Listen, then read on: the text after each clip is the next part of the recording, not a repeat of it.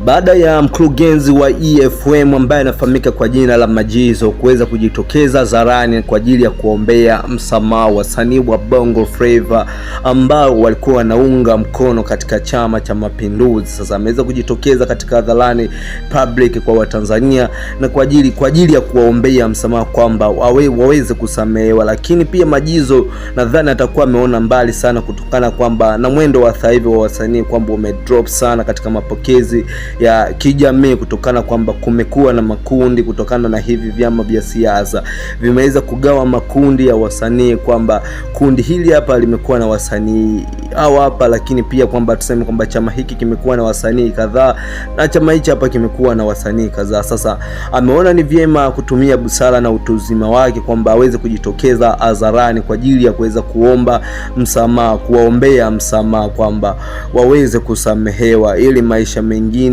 yaendelee. Lakini pia Diamond Platnumz nimeweza kuwekea picha hizi hapa ambazo ni picha mpya kabisa kutoka upande wake, kaweza kudrop katika page yake ya Instagram, lakini pia kuna ujumbe ambao ameweza kuweka. Picha hizi hapa ameweza kuposti, kaweka tu emoji, lakini kuna wimbo ambao kaweza kuweka, ni wimbo wa Jmo ambao ni wa Gen Z, kwa maana ameweza kusema kwamba hamwandafi mtu yoyote, kashapitia maisha magumu ya kila aina mpaka alipoweza kusimama alipo pale. Hatujajua kwamba huu hapa ni ujumbe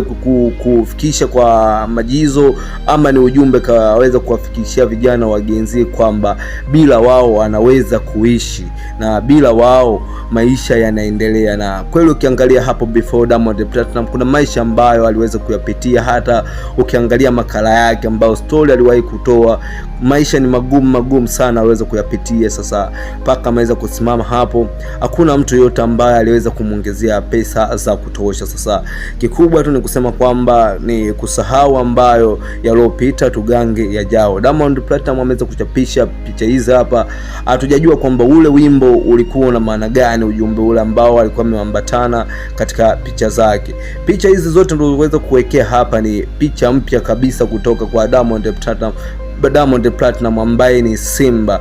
Lebo ya WCB ambaye ni CEO anayemiliki yenye pamoja na wasanii kama D-Voice, Zuchu, lakini pia na wasanii wengine ambao wako chini yake. Sasa Diamond Platnumz hatujajua kwamba wimbo ambao ameweza kutumia katika posti zake ulikuwa na maana gani,